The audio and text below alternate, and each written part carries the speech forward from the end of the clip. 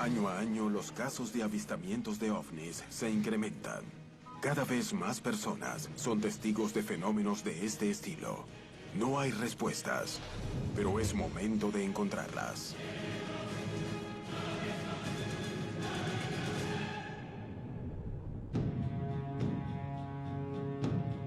Yo vi un objeto volador no identificado. No tenía motores, no tenía nada externo que como medio de propulsión.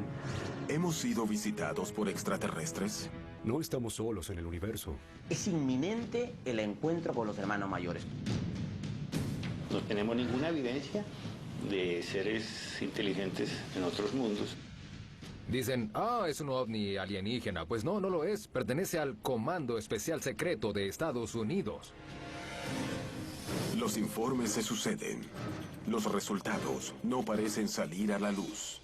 Es momento de recorrer los casos más impactantes de la historia ufológica de Latinoamérica y descubrir qué es realmente lo que sucede sobre nuestros cielos.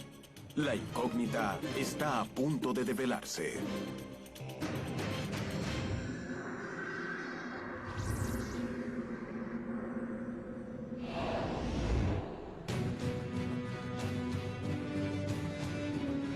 ¿El fenómeno extraterrestre puede tratarse de una realidad? Si me preguntan si el fenómeno ovni es real, yo digo, sí es real. Su fenómeno físico se puede grabar, se puede videograbar, etc. ¿Es posible que América Latina sea sede de visitas constantes de seres de otros mundos? Es algo que está en nuestro espacio fuera de control, ¿no es cierto? Nadie sabe qué es. Pues estamos hablando de un peligro grave, no donde no hay control. ¿Cuáles son los secretos que se ocultan detrás del fenómeno ovni? En la historia de los avistamientos más famosos de América Latina, buscamos una respuesta. Es hora de recorrer el camino uniendo indicios de todo el continente, buscando coincidencias, analizando los diferentes casos. Es momento de armar un rompecabezas que jamás fue puesto sobre la mesa. Es hora de conocer la verdad sobre lo que ocurre en los cielos de Latinoamérica. En el pasado pueden existir respuestas. ¿Podrían haber existido contactos entre seres de otros mundos y primeros pobladores del continente?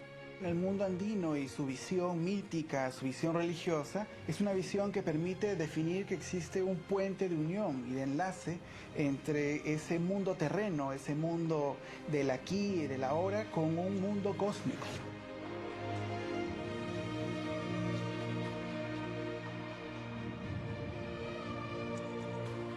Existen una serie de rasgos, como los llamados petroglifos o algunos elementos en piedra, pero que si uno los analiza en contexto, uno puede percibir que estas sociedades tienen una estrecha relación con las constelaciones y con el mundo de las estrellas. Hay indicios que se repiten en todo el continente. ¿Podrían ser verdad o no sabemos leerlos?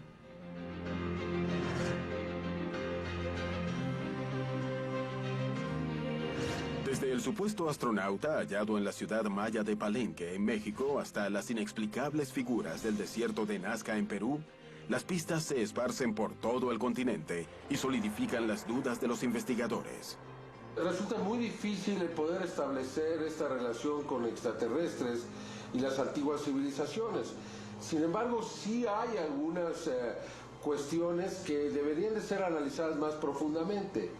El conocimiento de los mayas, muy especialmente, excede cualquier explicación convencional.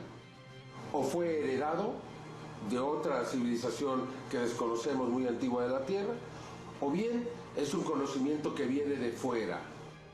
Esas capacidades no hay que ser egoísta y pensar que se las trajeron de otro lugar, ¿no? En todas las culturas latinoamericanas podrían existir indicios. El poblador nativo no es de temerle o de negar la existencia, probablemente, como le dicen, de hermanos mayores. Es en el pasado donde se encuentran las primeras pruebas, pero no son más que indicios. No hay duda que uno de los grandes enigmas que ha tenido la humanidad ha sido si existe o no vida en otros mundos.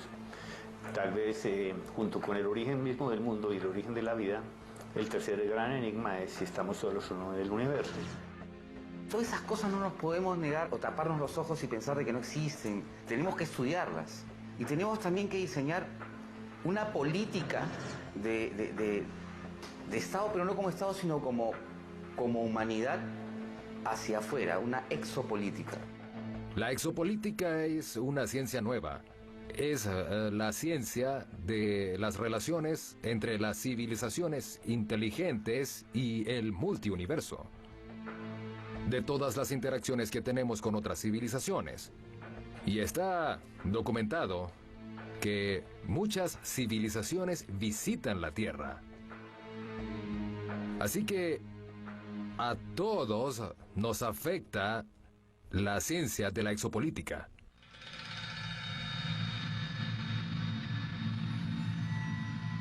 Casualmente, los ejércitos del mundo suelen estar relacionados con estos eventos. ¿Por qué motivos siempre se encuentran allí? ¿Podría tratarse del supuesto robo de tecnología extraterrestre? Es posible de que sea tecnología que le pertenece a una potencia extranjera, que la use en su provecho y en contra de los demás. Opción 2 es que sea tecnología no local, que haya sido capturada igualmente por una potencia extranjera. Y la tercera opción es que sea tecnología no local y que la use alguien sin ningún control sobre nosotros, que posiblemente ni siquiera sea de este planeta, ¿no? Exagentes, investigadores y personajes que parecen manejar información destacada hablan de ello a quienes quieran escucharlos. ¿Podría ser verdad? Podrían provenir de naves recuperadas después de estrellarse, naves extraterrestres, o podrían ser tecnologías que fueron recibidas de civilizaciones extraterrestres con las que tenemos acuerdos. En las décadas de 1950 y 1960, América Latina ha documentado casos en que los mismos gobiernos difundieron la información sobre avistamientos de ovnis. Es a partir de la década de 1950 cuando empiezan a investigarse y catalogarse. La Armada brasileña sería la protagonista de uno de los casos más resonantes de América Latina. El caso de la isla Trinidad fue muy famoso en Brasil en los años 50 y 60. Siempre que buscas en cualquier libro de ufología, hallas referencias al caso de la isla Trinidad. Brasil, Isla de la Trinidad, 16 de enero de 1958. Poco después del mediodía, el buque oceanográfico de la Armada brasileña, Almirante Saldaña, se encontraba frente a la isla. El Almirante Saldaña, que era un barco escuela, un barco donde se enseñaba a ser marinero, y había muchos oficiales a bordo, entre 1 y 3 docenas, y todos vieron el fenómeno y llamaron a Almiro Baraúna para que lo fotografiase. Baraúna, muerto en el año 2000, dejó en una grabación sus recuerdos de aquel momento. Yo estaba pescando y de repente vi en el horizonte un objeto. Tenía la cámara fotográfica y comencé a fotografiarlo. Estaba a cierta distancia. Tomé la primera, la segunda. A la tercera se ocultó detrás del cerro de Sellados, pero pronto salió y apenas lo hizo lo capté. Me lancé al piso y me quedé cerca del bastión. El objeto salió detrás del cerro de Sellados pero por un momento. Y fue la mejor fotografía, la más destacada y la más nítida.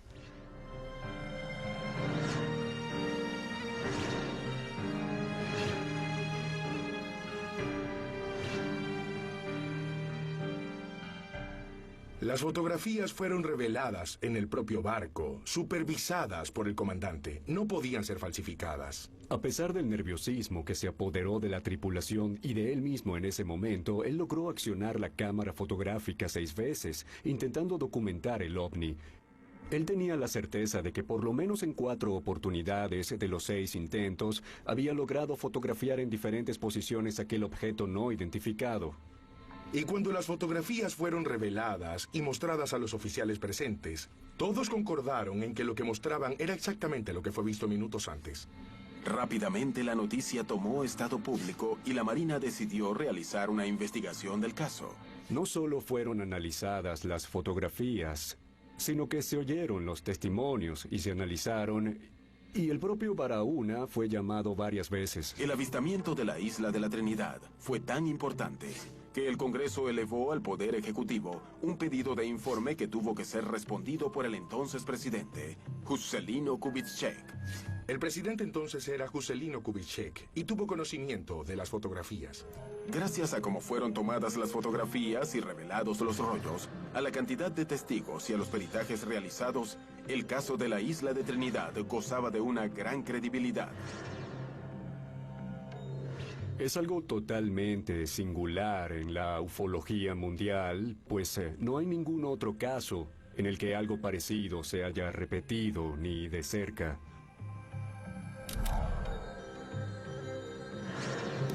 Pero, ¿realmente se trataba de una nave de otro planeta? ¿Podía ser un truco en la película? ¿Podría tratarse de algún tipo de avión experimental? Los testigos confirmaron lo que vieron. Sin embargo, jamás se pudieron reunir más pruebas que las de las fotografías tomadas y reveladas dentro del barco. Soy un ufólogo que no cree que para aceptar la existencia de los ovnis tenemos necesariamente que pensar que los ovnis sean naves extraterrestres. La ciencia aún no ha logrado probar siquiera que haya vida microscópica en otro planeta. Recientemente alguien intentó alegar que las fotografías son un fraude. El hecho es que nadie hasta ahora ha podido decir el caso de la isla Trinidad es un fraude, y nadie lo logrará. No hay que probar nada más sobre su ocurrencia, ya está suficientemente probada. Más allá de las conclusiones y dudas que el caso pueda generar, las fotografías de Isla Trinidad pusieron sobre el tapete el interés de los gobiernos latinoamericanos por seguir de cerca e investigar el fenómeno ovni en la región. En la actualidad, los investigadores continúan buscando las respuestas, recolectando sus propias evidencias, intentando comprender qué ocurre en los cielos. Un 95% son casos que se pueden explicar perfectamente bien. Casos ópticos, meteorológicos, fenómenos aeroespaciales, tecnología espacial militar no contemplada. Y con respecto al otro 5% inexplicable, sí, hemos tenido casos que realmente no tienen ni explicación óptica, ni meteorológica, ni militar. No nos podemos encerrar y cegar ante la posibilidad de que detrás de todas estas historias pueda haber una pepita de oro. Lo que pasa es que si estamos dispuestos a creernos todo, entonces, ¿cómo hacemos para diferenciar aquello que es potencialmente valioso de aquello que es fábula, ficción, mitología? Se hace cuesta arriba tratar de buscarle una respuesta a ese 5%, que seguramente la mitad quizás tenga una respuesta y la otra mitad seguramente que no. Debemos buscar las respuestas en el presente. Debemos armar nuestro rompecabezas para comprender si Latinoamérica ha recibido visitas de otros mundos. En la antigüedad, los indicios son, al menos, perturbadores. Sin embargo, es en los siglos XX y XXI en donde se encuentran las pruebas más sorprendentes. Debemos analizar qué ha ocurrido en nuestro continente para hallar las respuestas sobre el contacto extraterrestre en Latinoamérica.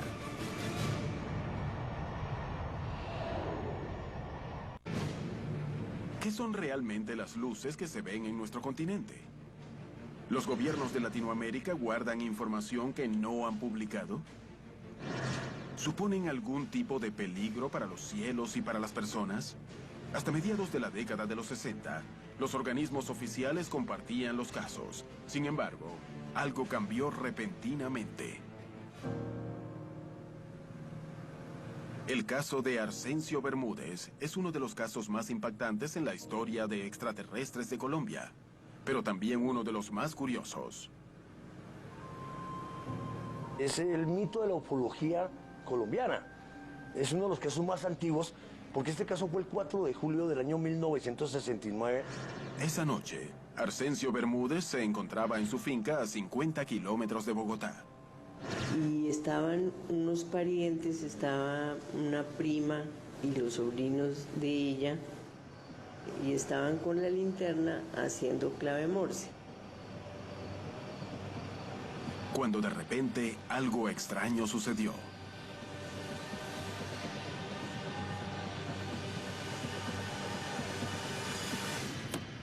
Entraron corriendo y dijeron, ay, mire, Dios, que un ovni que viene para acá. Pues ellos, ¿qué le iban a creer? Hasta que al fin se iluminó todo el comedor. Entonces ellos ya se asustaron y se asomaron y vieron el ovni ahí estático en el aire cerca al cedro. Mientras todos observaban, Arsencio decidió investigar qué estaba ocurriendo. Llegó justo debajo del objeto y se bañó con su luz. Cuando está a pocos metros de él, el objeto se va y desaparece. Ya bajó con un dolor al pecho terrible y congelado del frío.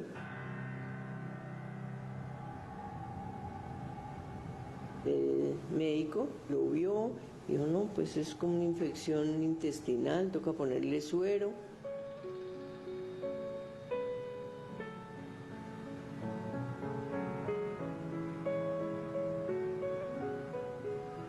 Estaba completamente deshidratado y tenía el corazón como envuelto en agua, que no se le sentía bien, el pulso muy débil y el termómetro no marcaba, en 0. El caso no hubiera pasado a mayores si no fuera porque el señor Bermúdez se murió a los 4 días. Víctima, al parecer, de una enfermedad que la describen como algo que tiene que ver con efectos de radiación.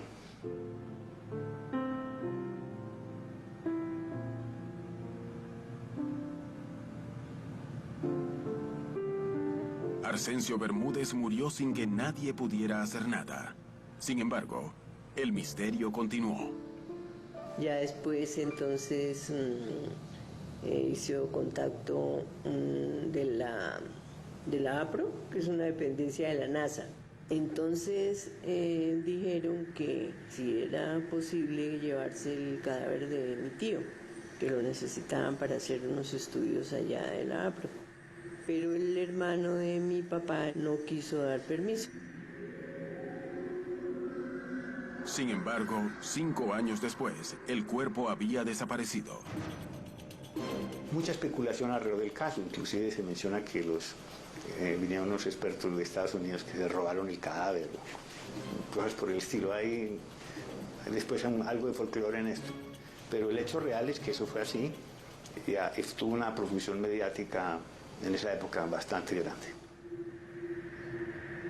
Hasta el día de hoy, el paradero del cuerpo de Arsencio Bermúdez es una gran incógnita. ¿Se trató de una gran casualidad o esa luz realmente estuvo involucrada con el deceso de Bermúdez? ¿Pudo tratarse de algún tipo de prueba radioactiva?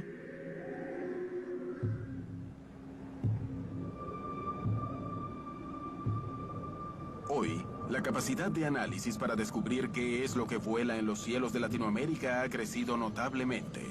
Los científicos actuales podrían llegar a tener las herramientas para descubrir la verdad. Existen cientos de cazadores que desde las diferentes ciudades del continente miran a los cielos para obtener pruebas y buscar respuestas.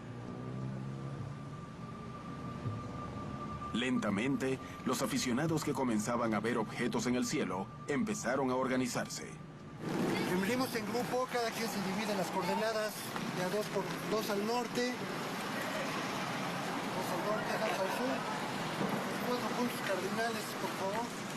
Los vigilantes del cielo han obtenido a lo largo ya de casi 20 años miles de imágenes, que a lo mejor es un puntito que de repente alguien captó, pero también hay de repente cosas extraordinarias que hay que analizar, que hay que ver.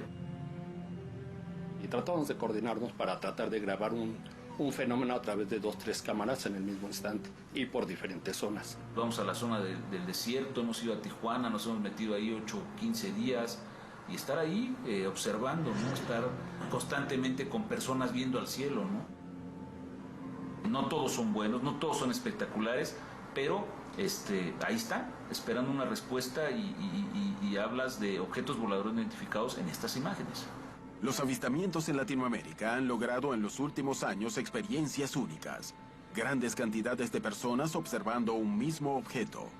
Este tipo de fenómenos han sido grabados por diferentes cámaras de video. Todos afirman ver luces que no tienen explicación. El video de Pedro Hernández, donde un objeto libera más de 100 esferas, es absolutamente incuestionable. El día 22 de mayo del 2009 me dirigí yo hacia satélite, hacia las torres de satélite. Entonces observé un objeto que estaba abajo. Venía un avión y dije, bueno, voy a tomar el video con la referencia de ese avión que venía. Y al momento que va pasando el avión, voy cerrando hacia el objeto que estaba de fondo. Y es en eso cuando ese objeto va despidiendo, pues, no sé si podríamos llamar cientos o esferas que van saliendo de un lado y del otro lado. El objeto daba vueltas, daba muchas vueltas cuando iban expulsando las esferas. Cuando dejó de expulsar las esferas, pues ya su movimiento ya fue más lento. Pero Pedro Hernández no fue el único en grabar este fenómeno. Ese mismo día, desde otro punto de la ciudad, Alfredo Carrillo también grababa el objeto.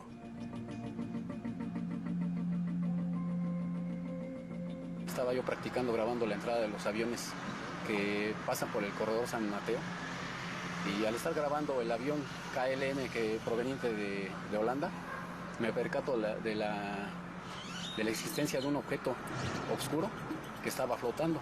Ese objeto empieza a expulsar esferas hacia ambos lados y después se pierden los objetos. Traté de seguirlos, pero como ese día el sol lo tenía yo de frente, me costaba trabajo mantener la toma. Es solo un ejemplo de objetos que recorren ciudades, de personas en puntos diferentes que los ven. Sin embargo, la pregunta continúa vigente. ¿De qué se tratan? ¿Qué es el objeto que expulsa pequeñas esferas? ¿Es una nave extraterrestre? ¿Es un experimento militar? Solo podemos afirmar que se trata de un ovni.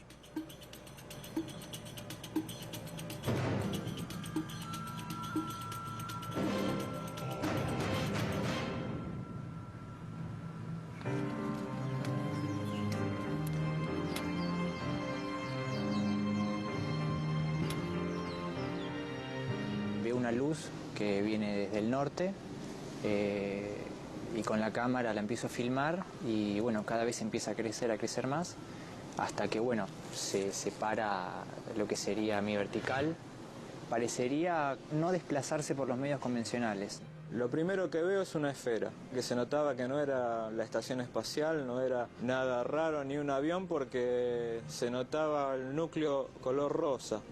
Y de golpe veo que hace una aceleración hacia la izquierda mía, ¿no? Ahí ya me quito toda duda de posibilidad de que sea un avión, de que sea un satélite, cualquier cosa, porque ningún satélite, ningún avión te hace una acelerada rápida y se frena.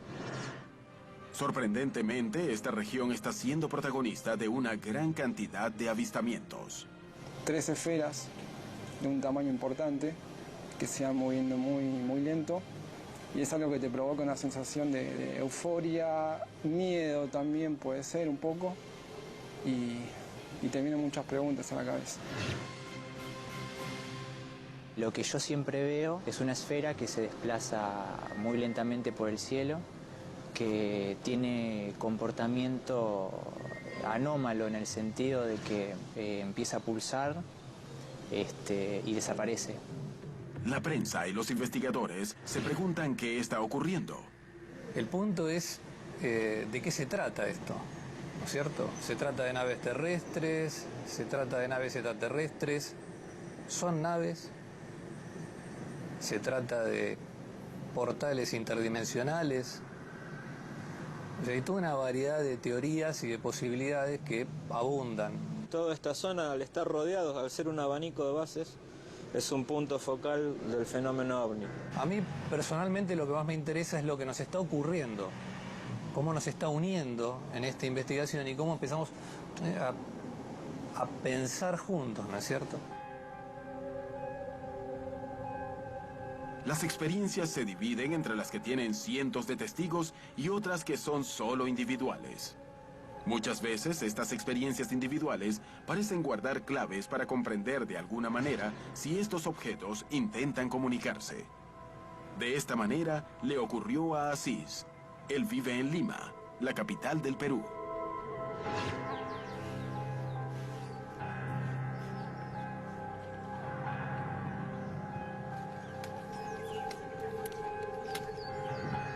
A veces siento el impulso de salir de pronto y ellos aparecen, ¿no? O incluso a veces estoy ahí y ellos simplemente aparecen, ¿no? Ellos han empezado a permitir de que yo empiece a filmarlos, ¿no? Y finalmente ellos me pidieron que empiece a divulgar esas filmaciones. Tengo más de 20 horas de filmaciones de los contactos. Las respuestas están en el presente. En Isla Trinidad, las pruebas estuvieron a la vista. En Anolaima, el caso de Bermúdez no tuvo una explicación. ¿Realmente robaron su cuerpo? ¿Por qué murió? No hay respuestas. Pero en los años siguientes, otros casos continuarían sumando pruebas sorprendentes y sin explicación.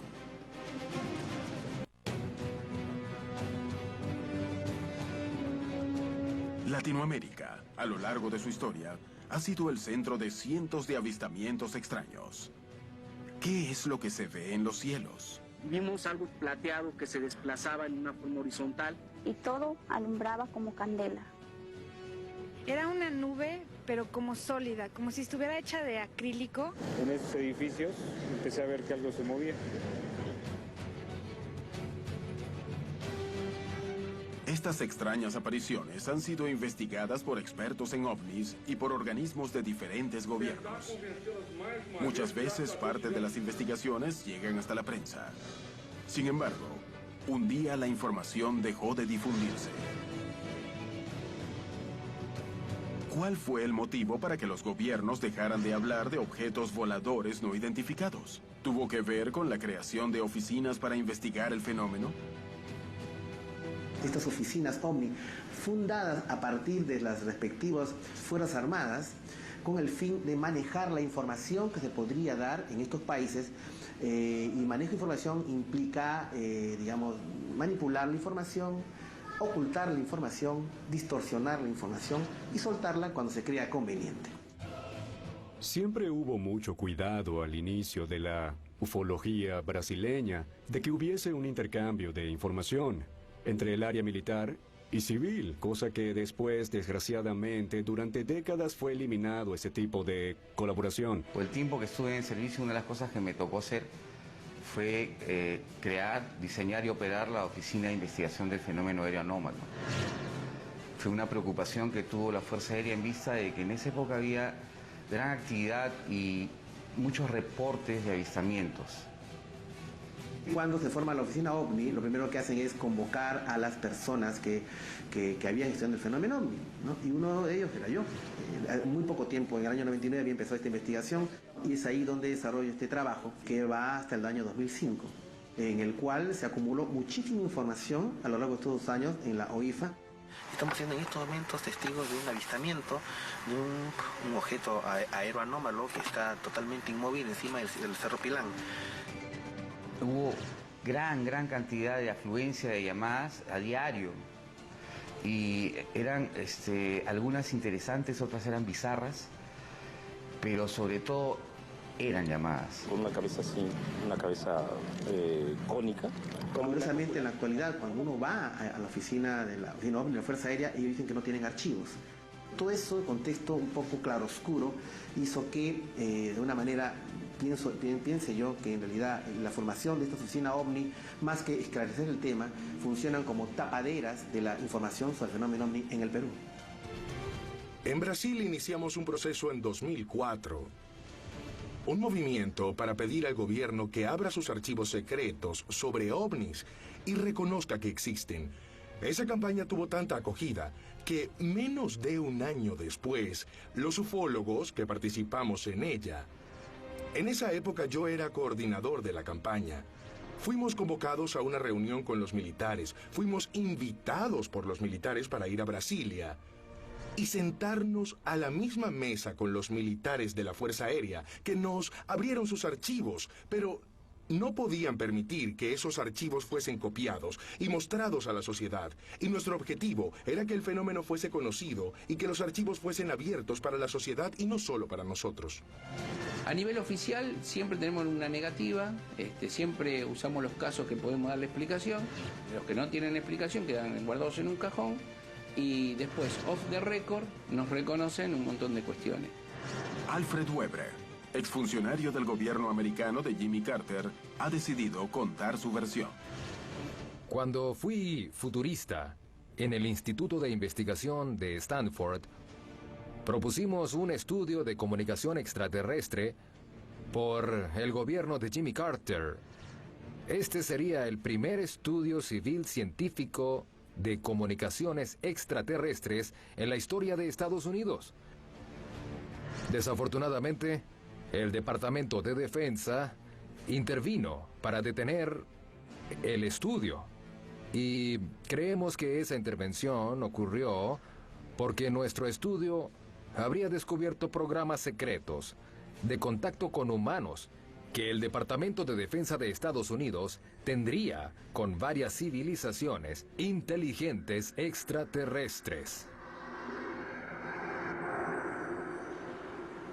La década de 1980 dio un gran giro en cuanto a los avistamientos ovnis. Sin embargo, algunos de ellos fueron reconocidos 20 años más tarde.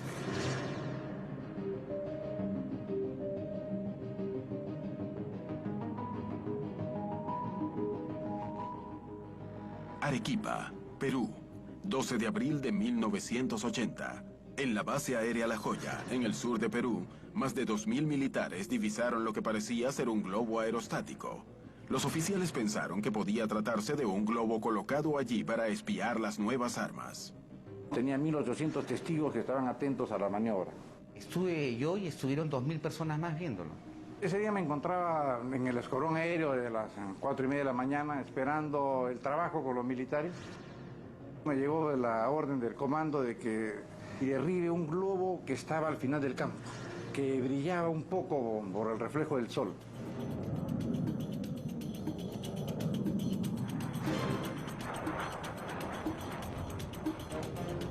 Y lo primero que hizo fue apuntarlo y disparar lo que se llama en la terminología militar una pared de fuego. Solté una ráfaga larga de 64 buses. Y yo esperaba ver que ese globo se destruya y no ocurrió. Lo que él vio es que los impactos eran como meterle un alfiler a una gelatina, ¿no? No le hacían nada.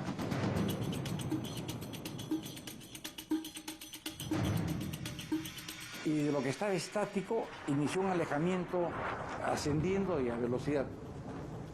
Como yo estaba con buena velocidad en el descenso, lo que hice fue conectar la postcombustión de mi avión y empezar a perseguirlo. De lo que inicialmente el objeto estaba a 600 metros de altura, llegó a 11.000 metros.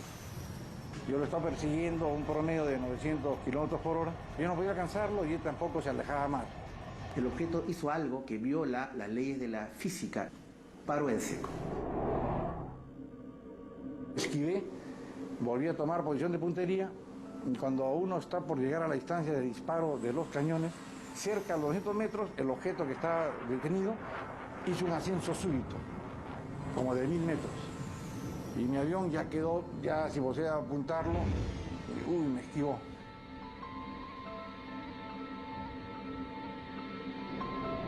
Dije, no, este está jugando conmigo, voy a acelerar mucho, venir con alta velocidad, subir muy alto, descender muy vertical y apuntarlo. Y si este sube ya no se me escapa de la mira y puedo destruir. Y eso es lo que hice. Yo estaba esperando a ver en qué momento ya sigue el quiebre y mirándolo, el objeto que está detenido subió y se emparejó conmigo.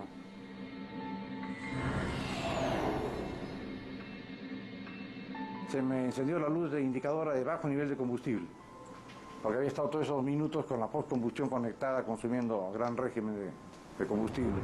Entonces ya no me mantuve a 900 metros para apuntar, sino me acerqué. Me acerqué a una distancia de 100 metros. Y ahí vino la sorpresa al observarlo detenidamente, de que efectivamente era como un globo aerostático, pero toda la parte de la cúpula era pavonada. Este es el dibujo que hizo Santamaría después de mirar el objeto en detalle. Reporté a la torre de control, le digo, oye, me estoy regresando por combustible, que salga otro avión, que esto está interesante. ¿Qué pasa con el globo? Que no es un globo, le digo, es cualquier cosa menos un globo, ¿no? Entonces, ante eso consultaron, me dijeron, continúa tu regreso porque a la altura que lo has dejado no operamos nosotros y no va a salir otro avión. Pues Santamaría ya no salió y el objeto estuvo toda la mañana encima de la base aérea La Joya. Lo que muy pocos saben es que al día siguiente, en la noche, el objeto regresó. Se paseó como Pedro en su casa por todas las instalaciones de la base aérea La Joya y luego se fue. Luego del evento, la Fuerza Aérea les pidió a todos los testigos que guardaran absoluto silencio sobre el episodio. Dijeron, el objeto no llegó a acercarse a la base, se logró rehuirlo, esto no pasó nada, no se violó ninguna inteligencia, entonces nos quedamos en silencio. Existe, de acuerdo al testimonio de Santamaría, una orden expresa de callar este hecho y que luego se liberó a propósito de que se fundó la Oficina OVNI de la Fuerza Aérea, la OIFA. Entonces, en primer lugar, lo que hay que evidenciar es de que hay una política de silenciamiento. Ya el 2002 que me pidieron de que empiece a hablar para contribuir a la difusión del fenómeno OVNI, ya comencé a hablar libremente, normal. Cuando tu nivel académico es más comprometido, es menos la posibilidad de que tú vayas a reportar. Que hemos recibido reportes completos de oficiales que quizá antes de la creación de la oficina hubieran tenido miedo de hablar. Para quienes trabajan en los cielos, el fenómeno OVNI puede ser una amenaza. Los controladores aéreos y los pilotos tienen una preocupación constante.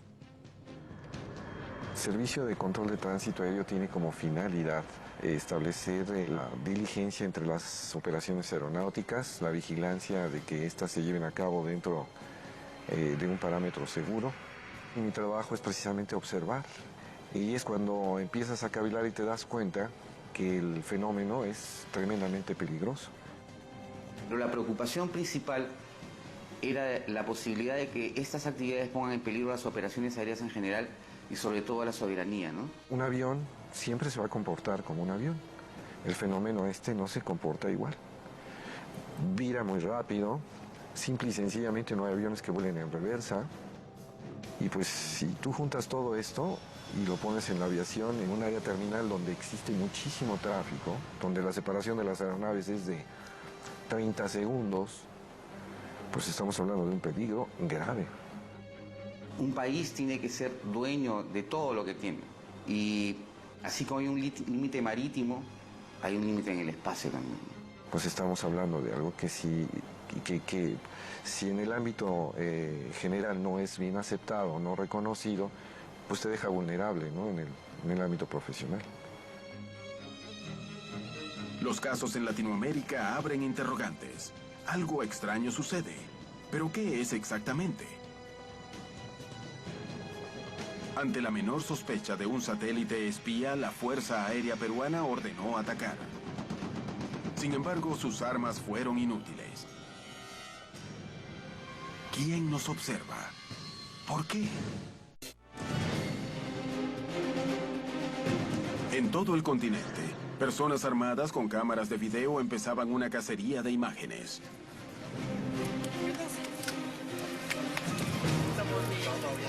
¿Qué se dividen las coordenadas? ¿Paranoia? ¿Búsqueda de respuestas y pruebas? El programa que rompió el récord en duración. ¿Qué comenzaron a buscar? ¿Qué hallaron?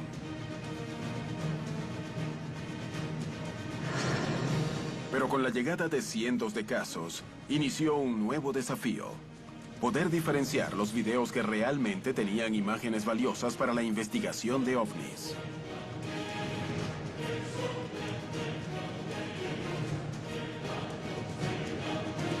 Para la década de 1990, el fenómeno ovni comenzaba un boom de casos e investigaciones en México.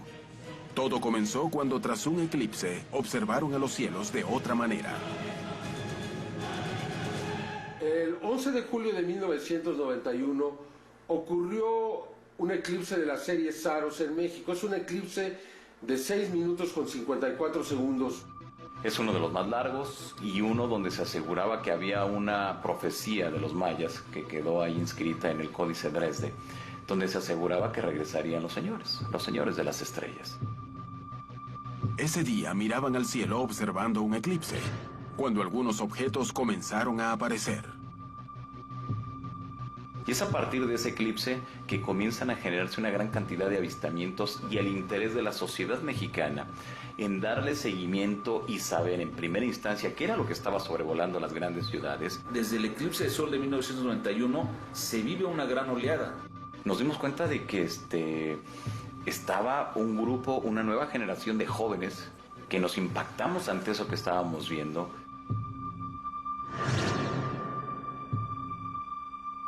Poco a poco, los aficionados levantaban cada vez más sus cámaras de video a los cielos en busca de pruebas sobre los videos extraterrestres.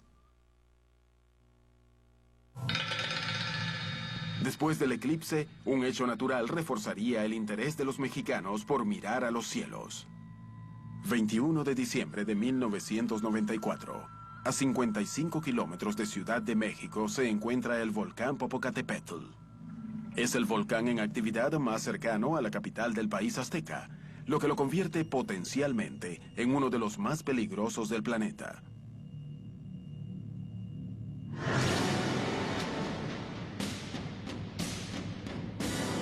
Una explosión en el interior del volcán produjo una nube de cenizas que se expandió en un radio de 25 kilómetros. Pero las cenizas, el humo y la lava no son lo único que se puede observar en su cráter. Mi esposa me percató y me dijo, ¿te fijaste lo que hay en el popo? Se ven como moscas o se ve algo así. Después de eso empezamos a grabar y grabamos muchas cosas que no sabíamos qué era realmente hasta que los vimos en la cámara y se miraban como objetos voladores, inclusive unos grandísimos. Y de ahí en adelante me propuse investigar esto. Las cámaras fotográficas y de video apuntaron hacia las fumarolas y allí se encontraron con la gran sorpresa.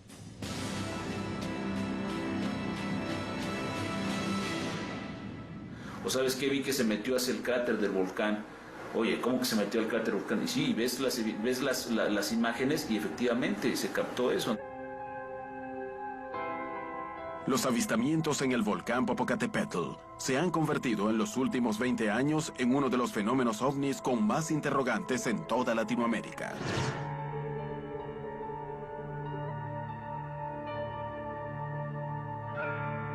El entusiasmo también trajo muchos errores. Y con los errores, muchos videos que eran perfectamente explicables pero que se tomaban como ovnis. Dentro de la óptica hay distintos fenómenos en los cuales el normal de las personas no conoce. Una de las situaciones más grabadas por los aficionados son los avistamientos masivos. Una gran cantidad de objetos cruzando los cielos. El investigador Anthony Choi tiene una teoría. Él cree que muchas veces se trata de globos. Preguntamos si había la posibilidad de que un globo de helio pudiera estar mucho tiempo visualizado. Puede llegar hasta los 2000 metros sin romperse. ¿Podría confundirse un globo con un objeto volador no identificado?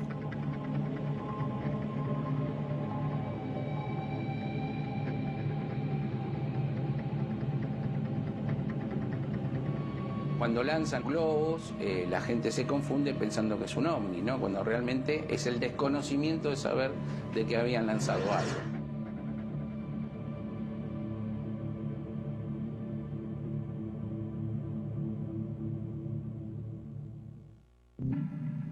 Mirar a los cielos es un paso importante. Sin embargo, saber distinguir los fenómenos que allí ocurren es fundamental para poder determinar qué objeto se está observando.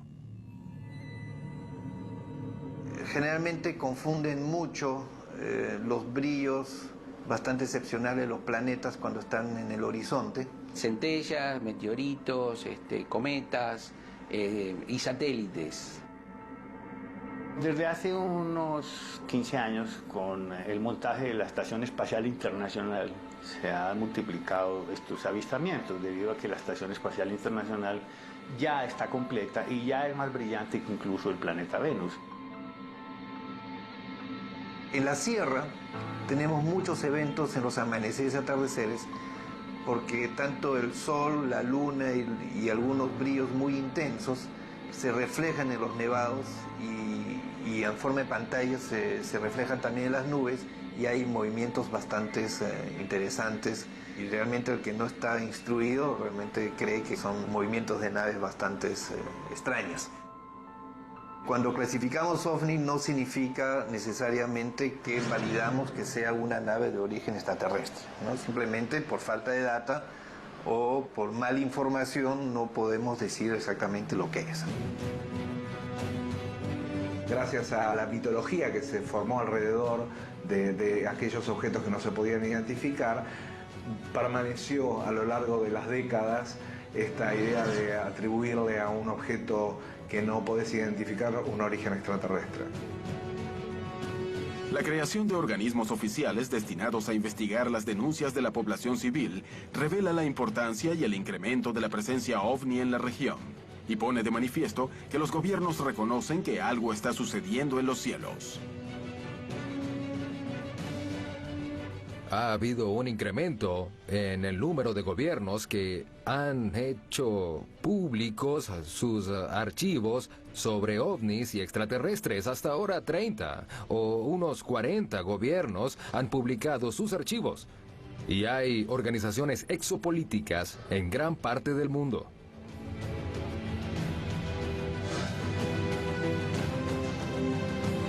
Las investigaciones son desclasificadas años después de que se llevan a cabo. Los expertos oficiales tienen un objetivo. Sin embargo, ¿cuál es? ¿Deben aclarar los fenómenos? ¿A quién reportan? Los informes completos, ¿llegarán algún día a la población?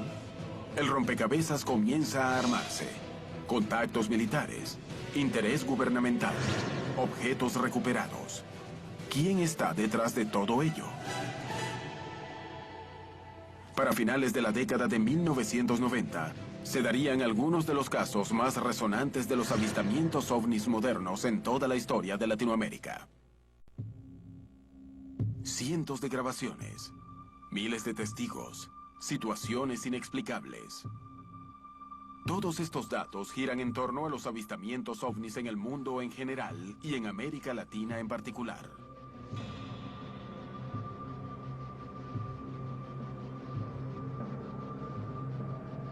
El fenómeno existe, no se puede negar, se puede filmar, es histórico, está registrado.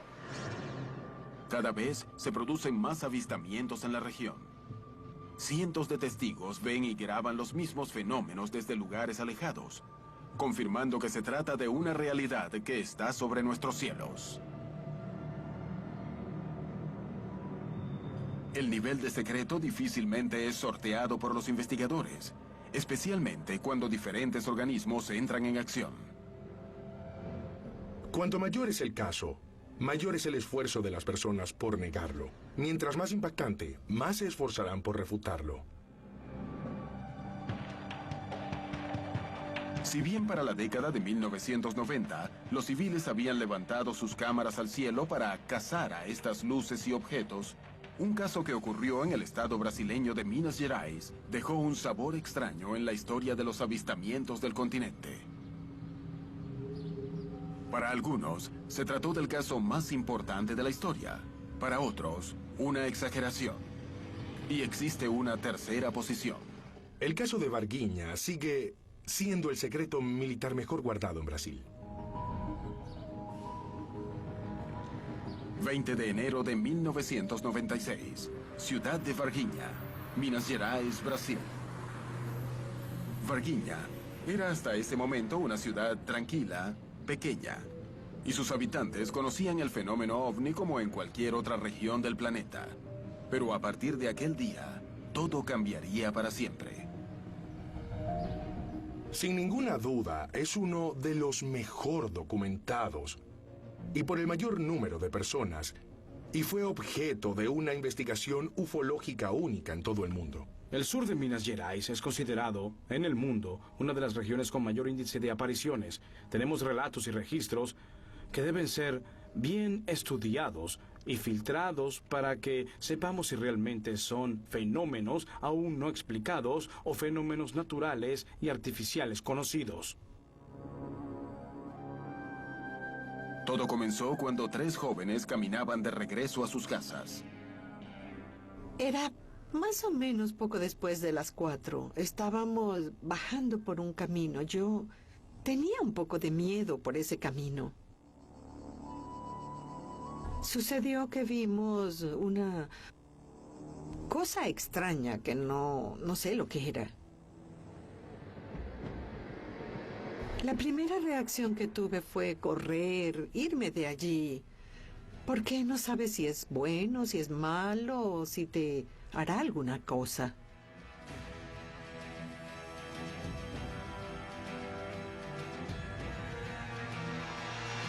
No podía describir la reacción de él, si estaba calmado, si estaba nervioso, si quería abrazar o si quería agredir. Nada de eso, permaneció allí y nos miró. Y nosotros corrimos, claro, sin saber lo que estábamos viendo. Esa cosa estaba viva porque el ser volteó hacia ellas, dirigiendo la mirada y la cabeza. Ellas, viendo esa cosa desde una distancia corta, se asustaron profundamente, entraron en pánico y salieron corriendo. Rápidamente huyeron del lugar para ponerse a salvo. A partir de ese momento, la noticia corrió rápidamente por toda la ciudad. Se divulgó en la ciudad que 3 muchachas habían avistado una criatura desconocida para ellas.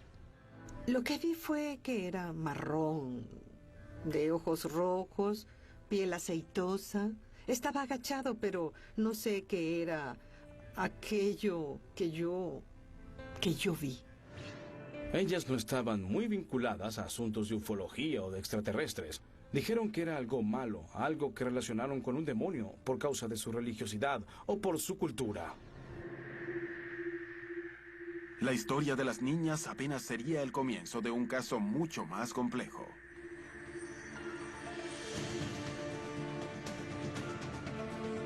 En medio de la paranoia, las fuerzas públicas habrían comenzado a actuar. Descendieron el barranco, entraron en el bosque y capturaron a una de las criaturas con una red usada para capturar perros. A las 6 de la tarde ese mismo día, se cuenta la historia de que 2 policías hicieron una segunda captura y que uno de esos cuerpos había pasado por los 2 hospitales de la ciudad y después, a la mañana siguiente, fueron transferidos a 3 Corazones. En fin, todo eso consta realmente en la historia, pero no hay ninguna prueba científica aceptable para que consideremos eso como una verdad absoluta. Uno de ellos, llamado Marco Elicerese, cuando iba en su auto, casi atropelló a una criatura, que suponemos era la segunda, la observada por las muchachas, atravesando una calle. Frenó su auto.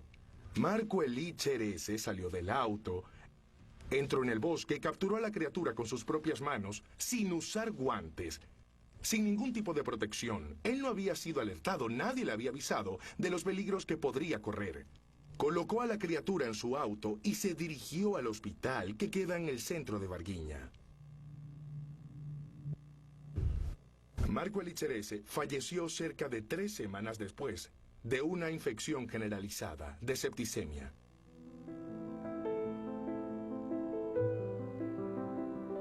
El doctor Furtado fue quien lo atendió.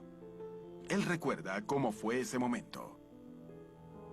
Era un paciente que presentaba una fiebre muy alta, con fase de sufrimiento por dolor en las costillas, igual que cualquiera que sufra una infección.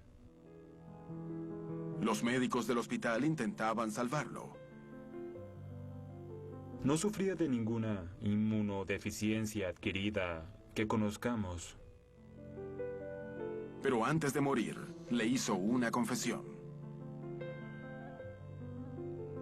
Me contó que participó en la captura de un ser que había aparecido en días anteriores. Incluso parece que se había lesionado el brazo. Nunca vi otro caso igual.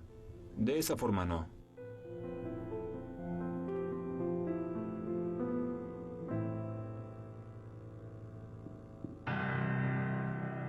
Se cree que ese día fueron capturadas 3 criaturas en Varguiña. Nunca más se supo de ellas.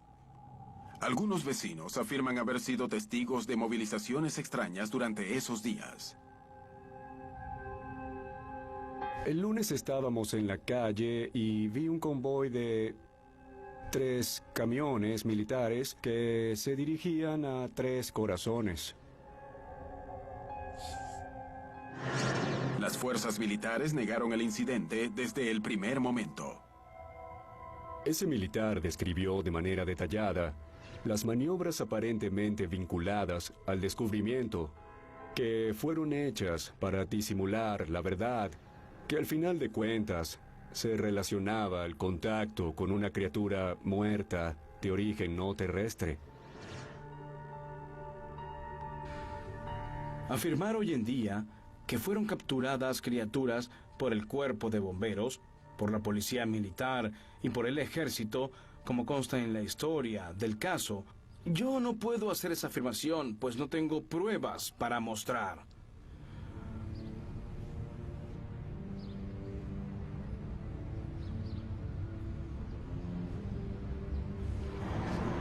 Ellos concluyeron que habrían avistado solo a un niño de la ciudad que nació con algunos problemas físicos y psíquicos. Esa es la conclusión de uno de los sectores. Hubo una presión tan fuerte sobre los militares que finalmente a la semana siguiente fue publicado y testificado el obituario del niño. Todas las explicaciones dadas por los militares eran explicaciones fugaces. El resto duda de que hubiese algo extremadamente serio siendo encubierto. El caso Varguiña aún permanece sin explicación. Las versiones oficiales niegan lo que afirman los testigos, que pese a los años que han pasado, siguen sosteniendo sus versiones, sin contradicciones, como en el primer día. Decir lo que fue realmente, con certeza, es muy difícil, casi imposible. Fueron los ufólogos los que acabaron transformando el caso Varguiña en algo relacionado con las creencias de que seres extraterrestres podrían haber aparecido aquí y hasta ser capturados. El caso Varguiña sigue siendo el secreto militar mejor guardado en Brasil, porque no hay nada comparable a lo que ocurrió en Minas Gerais.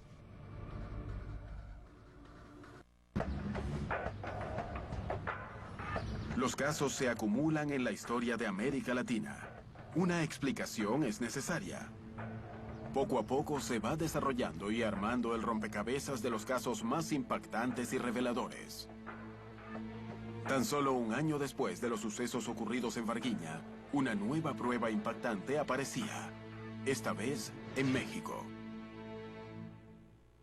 La tarde del 6 de agosto de 1997, las Lomas de Santa Fe, en la colonia de Chapultepec, en Ciudad de México, serían testigos de un caso que hasta el día de hoy no ha podido ser aclarado.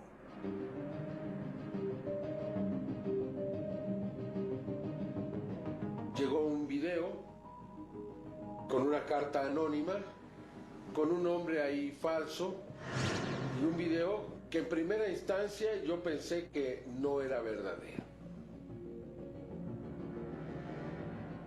Pero al observar el video, el periodista decidió investigarlo. Se trató pues de un objeto que estuvo sobrevolando esa zona, que hubo o hay el testimonio de personas quienes se vieron afectadas. Una de las evidencias más claras que hay del fenómeno y que hasta el día de hoy no ha tenido una explicación satisfactoria para todos. El video pasó a ser analizado por diferentes técnicos para corroborar si estaba alterado o la cinta era original. La tecnología que había en ese momento no permitía que cualquier persona lo pudiera haber hecho. Tendría que haber sido alguien especializado o por lo menos familiarizado con equipos de televisión, con sistemas de digitalización o animación para poderlo hacer. ¿Y para qué? Por el otro lado, al momento que una persona no da la cara de frente a los medios de comunicación cuando ya lo están cuestionando sobre ese asunto, quiere decir entonces que quizá haya algo turbio. Aún el día de hoy no puedo determinar con certeza absoluta si este video es auténtico o si es falso. Yo lo he dejado esperando que algún día pueda tener los elementos, porque de un lado y de otro tengo los suficientes para considerar que es falso, pero también tengo los suficientes para considerar que es auténtico. Esa es toda la verdad del caso del llamado OVNI de las Lomas. Ahora la tecnología nos está ocultando los avistamientos, porque ha hecho que cualquier persona descargue un video de ovnis o lo pueda hacer trucado. Así ya la gente no cree, la gente entonces dice, yo vi un ovni, y resulta que hay que investigarlo porque eso se puede hacer por computador. ¿Pudo haber sobrevolado un ovni el apacible cielo de las lomas sin que prácticamente nadie lo haya visto? ¿Cuánto miramos a los cielos? Día a día, los casos se multiplican y Latinoamérica tiene cada vez más denuncias por avistamientos. Algunos de ellos son falsos, otros errores. Un porcentaje no parece tener explicación. Para el año 2000, las nuevas tecnologías se sumaron a la búsqueda y a la investigación de los cielos. Se lograron obtener imágenes que nadie ha logrado explicar.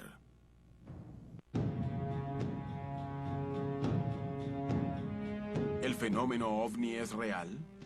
¿Qué son las luces y los objetos que surcan Latinoamérica? En la historia del continente, cientos de casos documentados siguen un camino. Sin embargo, hasta el día de hoy no existen pruebas concluyentes e indiscutibles sobre la procedencia de estas luces. Con recursos escasos, en el pasado la duda se mantuvo. En el presente, gracias a los métodos de grabación, ¿podremos llegar a descubrir la verdad? Es posible que cada vez estemos más cerca. En México, en el año 2004, un caso dejó sin palabras a los militares que solicitaron el análisis de los investigadores de ovnis. El caso fue un escándalo hasta que el día de hoy no ha encontrado una explicación definitiva.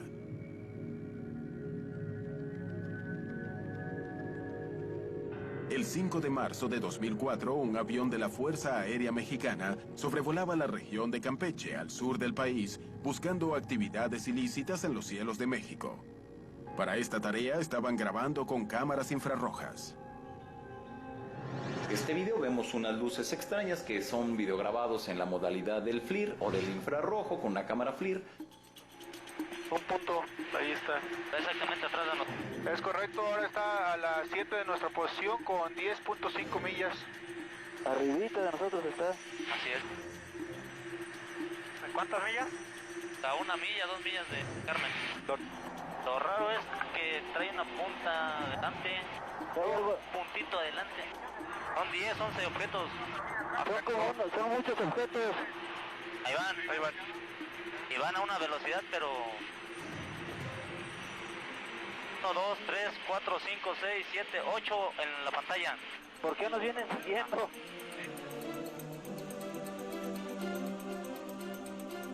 Ante la sorpresa, la Sedena, Secretaría de la Defensa Nacional, decide entregar el material a Jaime Maussan para que lo investigue. Y me dicen, en una de nuestras operaciones pudimos grabar algo que no sabemos qué es y queremos que usted lo investigue. Me enteré que los que lo habían grabado no habían visto con sus ojos estos objetos. Es decir, que habían sido solamente captados con la cámara. ¿Qué esperaban que Maussan dijera? El secretario de la Defensa me dijo, ¿usted qué piensa de este caso? Le dije, no tengo una explicación. Yo pienso que son ovnis porque esto no se veía con los ojos, solamente con la cámara. Entonces me dijo, si alguien le pregunta quién le dio este video, usted puede decir que fue el secretario de la Defensa. Esto me permitió determinar la autenticidad del caso. Se presentó en los medios a nivel mundial, hizo una gran conferencia. Un piloto de avión Dijo que él ya tenía la respuesta y que se trataba de los pozos petroleros. Solamente que olvidaron dos pequeños detalles. Las imágenes fueron captadas a más de 170 kilómetros de donde se encuentran los pozos. Segundo punto, la cámara está dirigida 2 grados por encima del horizonte. Resulta absoluta y totalmente imposible que se trate de los llamados pozos petroleros. Otra vez, objetos voladores no identificados relacionados con actividades militares. Sin embargo, esta vez el caso llegó a la población. No importa el caso que presentes, alguien va a salir con un argumento pseudocientífico y entonces los medios van a perder el interés y ahí va a terminar la investigación de algo que debería de ser muy importante. La ciencia para el ufólogo es algo que se tiene que adaptar a las pretensiones del ufólogo. El hecho de que esté documentado con una cámara y que a primera vista vos no lo podés identificar, ya pasa a ser una evidencia científica. Y en realidad no es así. Esas evidencias que necesita la ciencia para encontrar una explicación no están, son deficientes, son pobres. Digamos, te encontrás con innumerables limitaciones que te impiden hacer ciencia. Los tenemos adelante, en medio y a las 8. Tenemos uno que va aproximadamente a la 1. El caso no tiene explicación. Sin embargo, las pruebas están a la vista. Pues siguen a las 9. Los avances han logrado un nuevo parámetro. Las nuevas tecnologías de control pueden divisar estos objetos con mayor facilidad. ¿Podemos estar a un paso de comprender de qué se trata este fenómeno? Pero tan importante como este tipo de pruebas son los casos en donde toda una población observa el mismo objeto. Gracias a los medios de comunicación, hoy es mucho más sencillo informar acontecimientos y lograr que muchas personas puedan ser testigos de un mismo fenómeno.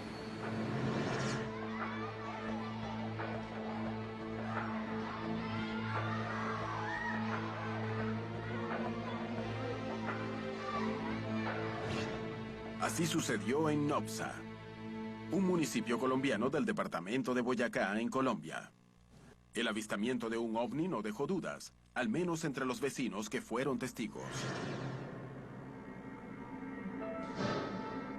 Durante los últimos días de 2006 y los primeros de 2007, una extraña aparición en el cielo dejó sin palabras a cientos de testigos.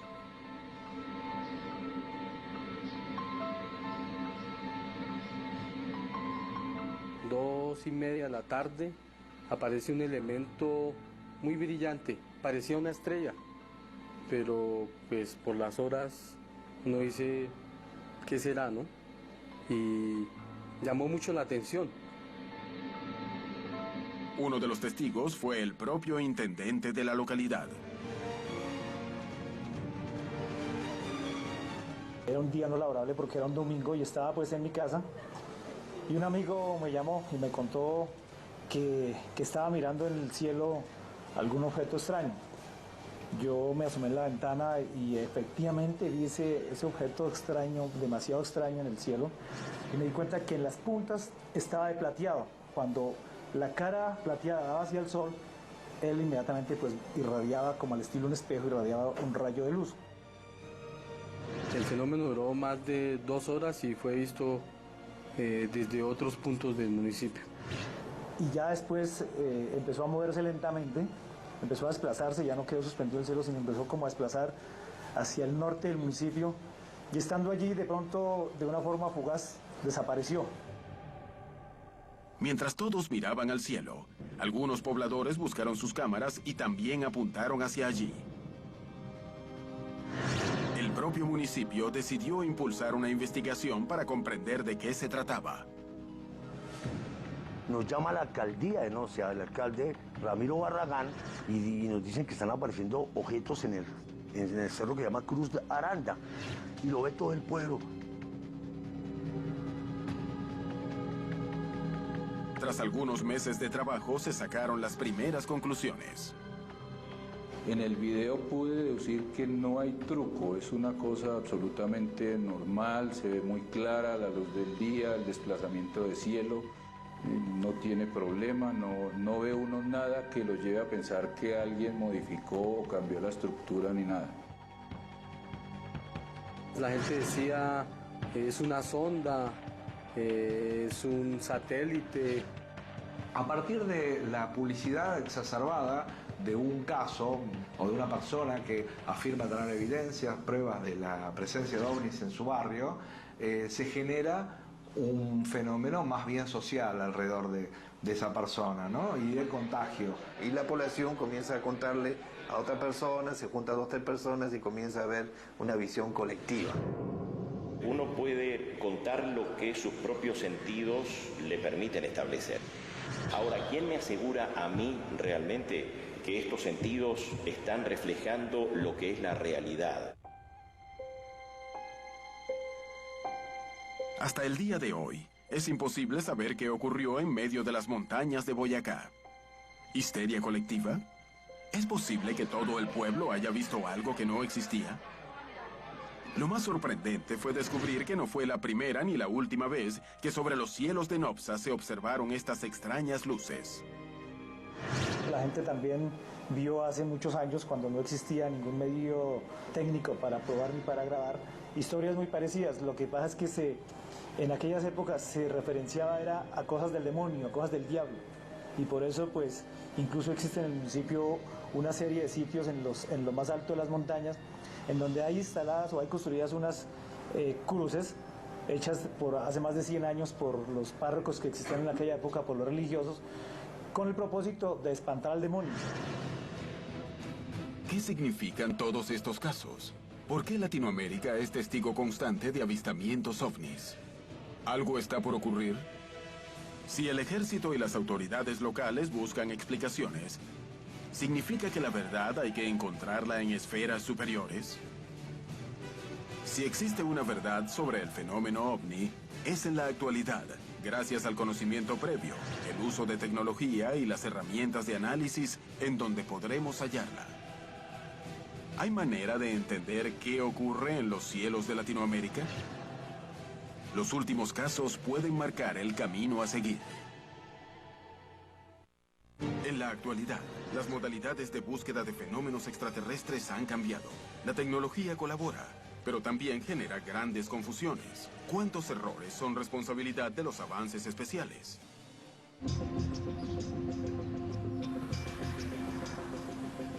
Pues mira, este es el ovni más emblemático, uno de los más emblemáticos, ven, te voy a mostrar. Daniel Prieto, en Bogotá, Colombia, ha logrado identificar otro supuesto punto de confluencia en donde los ovnis pasan constantemente. El común de las naves, que es un movimiento oscilatorio, ¿no? Esta zona, a la cual yo denominé la zona Sigma, que comprende lo que es el humedal de Córdoba, donde es como lo que llaman los ufólogos un portal de entrada y salida de estos objetos. Afirma que simplemente los ovnis lo han encontrado a él y simplemente los toma con su cámara de video.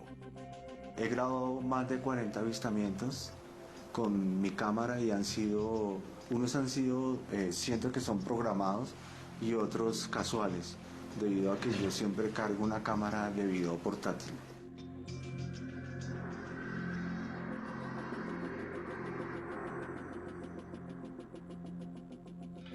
Claro que uno siente mucho el nervios y la emoción del momento, pero acá tú lo ves levitando. Pero, ¿necesariamente se trata de extraterrestres? Eso realmente lo publican para confundir o para desinformar, para ocultar los secretos que tienen las agencias de inteligencia militar. ¿Es tecnología secreta? ¿O simplemente objetos que el común de la gente no conoce? Nos pasa a los 5 por encima un objeto triangular color gris y lo pudimos ver todos y nos quedamos estupefactos porque eso estaba pasando por arriba nuestro, lo vimos perfecto. Los triángulos voladores que vemos y que ven los testigos y que han sido fotografiados, puede que digan, oh, es un ovni alienígena. Pues no, no lo es. pertenece al Comando Especial Secreto de Estados Unidos. Podrían contener sistemas de propulsión y otros componentes que podrían ser extraterrestres, que nos hayan sido entregados a través de programas de contacto entre humanos y extraterrestres o mediante ingeniería inversa. Tenemos tanta cantidad de satélites dando vuelta y girando sobre la Tierra. Cada uno tiene una especificación distinta. O sea, hay satélites que le llaman FLARE, que son aquellos que en algún momento del día tiran un flash. Después hay satélites rusos que trabajan en tripleta, o sea, son 3 satélites formando un triángulo perfecto. Y bueno, también lo toman como si fuera un ovni triangular que está circulando por el espacio. Pero a pesar de la fuerte vigilancia que tienen los cielos, muchas veces es allí donde las respuestas desaparecen. Ya desde los primeros años de la revolución espacial, los satélites podrían haber sido los responsables de extraños avistajes. En la Antártida, en la década de 1960, un caso podría estar relacionado con los satélites. Para mediados de 1960, una sucesión de avistamientos obligó a la Armada Argentina a comenzar una investigación minuciosa buscando respuestas. En la Antártida, el 3 de julio de 1965, un grupo de militares y científicos argentinos y chilenos se encontraban realizando tareas de investigación en la isla Decepción. A las 5 de la tarde ven un objeto que pasa fugazmente durante unos 15 segundos en una trayectoria parabólica y lo informan. 7:20 de la tarde se sale a hacer la observación meteorológica. Dicen un ovni, todos salen a ver de qué se trata, hacen la observación de un objeto que pasa, lo ven cambiar de colores, lo ven moverse, y desde el campo meteorológico del destacamento pudieron ver las evoluciones de un objeto que para algunos describió comportamientos que no se le pueden atribuir a ningún avión, a ningún satélite ni nada por el estilo. ¿Pero qué fue realmente lo que sucedió en esos días en la Antártida? En Isla Decepción lo que se vio es un objeto que no cumplía con los reglamentos básicos de la aviación. El objeto no se pudo identificar, hay mucha cantidad de testigos, entre ellos el capitán Pericé. Era una persona que estaba muy ávida de ver y de creer. Los militares que secundaban a Pericé un poco le seguían la corriente y los civiles, en cambio, eran más bien escépticos. Ellos no veían lo mismo que veían los militares. Cada cual es como que le da su propia interpretación. Están aquellos que están convencidos de que se observó un ovni, otros sostienen que se trató de la observación de una estrella fija y que por el nerviosismo del momento hubo un proceso de confusión. La Marina tomó declaración a todos los testigos. La existencia de estos formularios confidenciales del Servicio de Inteligencia Naval es una clara muestra de que el fenómeno ovni era una de sus preocupaciones, aún antes de los avistamientos ocurridos en la isla. El Estado argentino, en ese caso la Secretaría de Marina, emitió un comunicado oficial reconociendo la observación de objetos voladores no identificados en la Antártida Argentina. La Marina, en principio, tuvo una actitud muy abierta con respecto al tema y luego se llamó a silencio en determinado momento debido a que el periodismo había ya desbordado la situación. Los avistamientos en la Antártida comenzaron a repetirse en los días siguientes. Si uno las toma individualmente, corre el riesgo de pensar que era un objeto que puede ser explicado, que puede ser banal. Pero si uno las toma en conjunto, se da cuenta de que no pudo pasar todo eso tan seguido en ese mismo lugar. ¿Qué eran esas luces? ¿Por qué estaban sobre la Antártida? ¿De dónde venían? El hecho admitido por científicos y militares abrió una nueva ruta en las investigaciones ovnis en el cono sur del continente. Hubo varios científicos que presentaron una hipótesis de que habían confundido en la base naval estas luces con un satélite, el satélite ECO 2.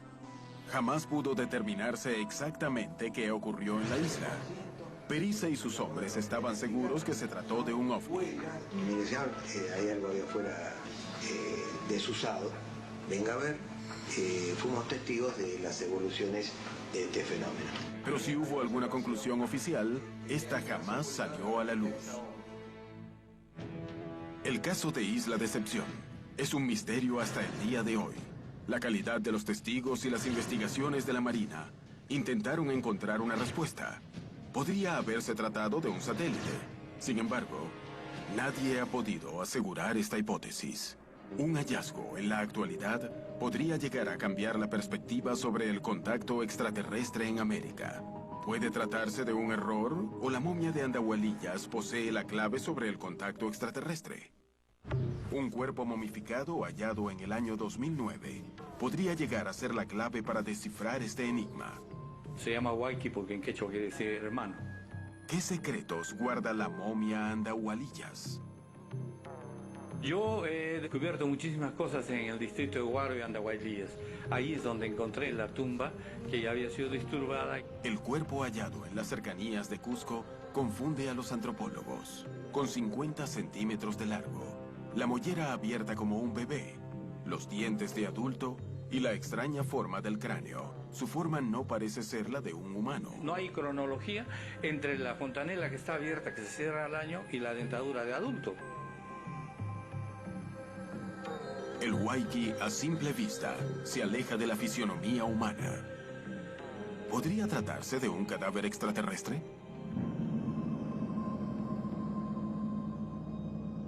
Analizando su morfología, la momia, inquietamente, se asemeja a las descripciones que muchos contactados realizan sobre supuestos seres de otros mundos.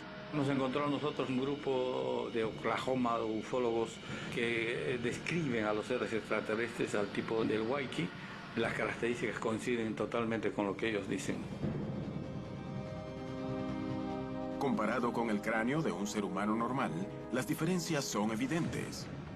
Pero, ¿podría tratarse de un cuerpo deformado artificialmente? En la cultura andina, pre-inca tablillaban a los niños.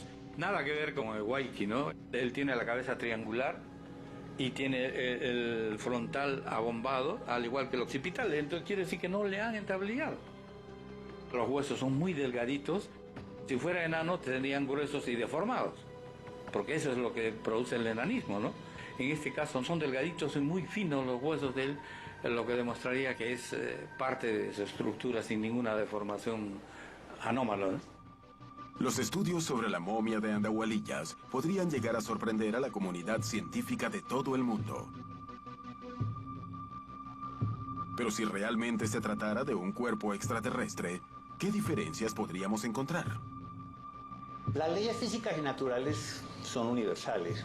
No hay ni forma de imaginarse algo diferente en el universo a lo que las leyes físicas nos están mostrando. Si hay vida en otros mundos, deberían tener carbono, porque este es el único elemento que se combina con todos los demás para formar las grandes estructuras moleculares que albergan el código genético y la información que se va a transmitir por un organismo vivo. Y en ese sentido, en alguna forma se van a parecer a algo que conozcamos aquí. ¿Qué opciones existen para explicar la extraña forma de la momia de Andahualillas? Las formas que nos pueden sorprender sobre este tipo de hallazgos pueden tener varias razones, ¿no? Que se pueden entender, por un lado, dentro de lo que es la variabilidad humana, cuyo origen puede ser ya sea por algún traumatismo, alguna enfermedad o ciertas pautas de patrones culturales como deformaciones tabulares. La momia de Andahualillas podría ser una pieza clave en la búsqueda extraterrestre. ¿Es un cuerpo deformado o se trata de un ser de otro planeta? ¿Qué está ocurriendo en América Latina? Hay indicios de casos ovnis en América Latina. No son concluyentes, sin embargo, son demasiados. De norte a sur, de este a oeste, los avistamientos se multiplican. Algunos se repiten, otros son inusualmente diferentes. Mi opinión personal es que estamos caminando realmente hacia un nivel de acontecimientos mayores, probablemente en términos planetarios, que sucederán probablemente con el objetivo de mostrar de manera definitiva a la humanidad de la Tierra que no estamos solos en el universo. La cantidad de información que hemos encontrado valida la afirmación de que no solamente no estamos solos, sino que estamos siendo visitados. Y pienso, ¿desde cuándo? Desde siempre.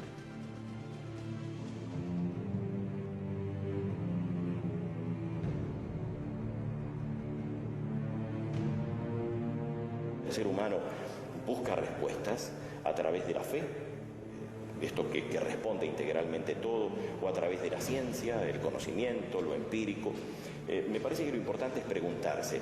Lo que me parece que es riesgoso es, a partir de algo que perciben nuestros sentidos, ensayar respuestas que a veces me parece que son intelectualmente muy acrobáticas y muy personales.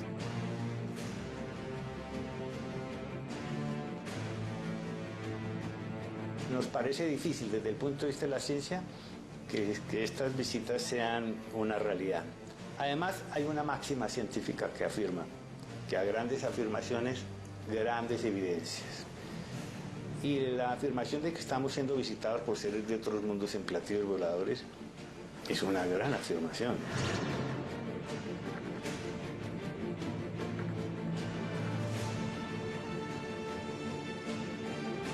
Esto es algo que involucra a toda la humanidad.